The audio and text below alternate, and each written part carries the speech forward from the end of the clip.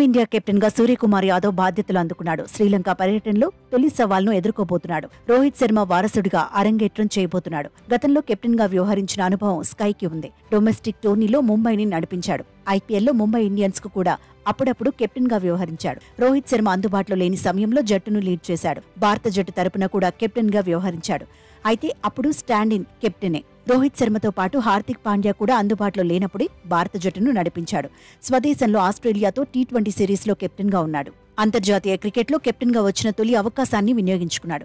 Aussies పై T20 series ను సొంతం చేసుకున్నాడు. ఆ తర్వాత సౌత్ ఆఫ్రికా టూర్లోనూ కెప్టెన్ గా బాధ్యతలు నిర్వహించాడు. బ్యాటర్ గా కెప్టెన్ గాను మంచి మార్కులే అందుకున్నాడు. అయితే ఇప్పుడు పూర్తి స్థాయి కెప్టెన్ అయ్యాడు. హార్దిక్ పాండ్యాతో పోటీ పడి మరీ కెప్టెన్సీ పగ్గాలను అందుకున్నాడు. కాకపోతే రోహిత్ శర్మ సెట్ చేసిన స్టాండర్డ్స్ ను అందుకుంటాడా లేదా అనేది ఆసక్తికరంగా మారింది. నిజానికి కెప్టెన్ గా రోహిత్ శర్మ తనదైన ముద్ర వేశాడు. టీ20లో అగ్రెసివ్ ఆట తీరుకు కేరాఫ్ గా నిలిచాడు. సూర్యకుమార్ యాదవ్ కూడా ఆటలో అగ్రెసివే. ఎలాంటి పరిస్థితుల్లో అయినా బంతిని బౌండరీ లైన్ ను దాటించగలడు. కెప్టెన్ గా ఒత్తిడిని రోహిత్ లా ఎదుర్కోగలడా లేదా అనేది సమయమే చెబుతుందని చర్చ జరుగుతోంది. హిట్ మ్యాన్ కెప్టెన్ అయ్యాక భారత జట్టు ఓ రేంజ్లో విజయాలు సాధించింది. బైలేటరల్ సిరీసుల్లో పవర్ చూపించింది.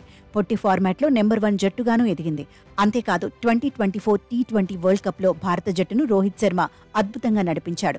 బ్యాటర్గానూ బాధ్యత తీసుకుని పరుగులు చేశాడు. గ్రూప్ దశ నుంచి కాన్ఫిడెంట్ గా కనిపించాడు. ఐర్లాండ్పై హాఫ్ సెంచరీ కొట్టిన హిట్ మ్యాన్ ఆ తర్వాత సెమీస్ వరకు తగ్గేదే లేదన్నాడు. ఫైనల్లో తీవ్రమైన ఒత్తిడిని ఎదుర్కొన్నాడు. సౌత్ ఆఫ్రికాకు 30 బంతుల్లో 30 పరుగులు అవసరమైన దశలోనూ టెన్షన్ పడలేదు. తన పని తాను చేసుకుపోయాడు. పరిస్థితులకు తగినట్టుగా వ్యూహాలను అమలు చేశాడు. ప్రత్యర్థి జట్టుపైనే ఒత్తిడి పెంచాడు. వరల్డ్ కప్ ను టీమిండియా ముద్దాడేలా చేశాడు. 2022 టీ20 వరల్డ్ కప్ తర్వాత చాలా కాలం పొట్టి ఫార్మాట్లో అంతర్జాతీయ మ్యాచ్లకు రోహిత్ దూరంగా ఉన్నాడు.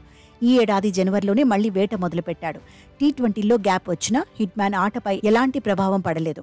కెప్టెన్ గా బ్యాటర్ గా సరికొత్త ప్రమాణాలను అందుకున్నాడు. అయితే అంతర్జాతీయ మ్యాచ్ల్లో అయినా ఐపీఎల్లో అయినా రోహిత్తో ఆడిన అనుభవం సూర్యకుమార్కు ఉంది. ఆ అనుభవం స్కైకి ఉపయోగపడుతుందనే చర్చ ఉంది. 2026లో భారత జట్టుకు వరల్డ్ కప్ అందిస్తే సూర్య కూడా కెప్టెన్ గా చరిత్రలో నిలిచిపోతాడని ఎక్స్పర్ట్స్ అంటున్నారు. కానీ అంచనాలను అందుకోవడం అంత ఈజీ కాదంటున్నారు.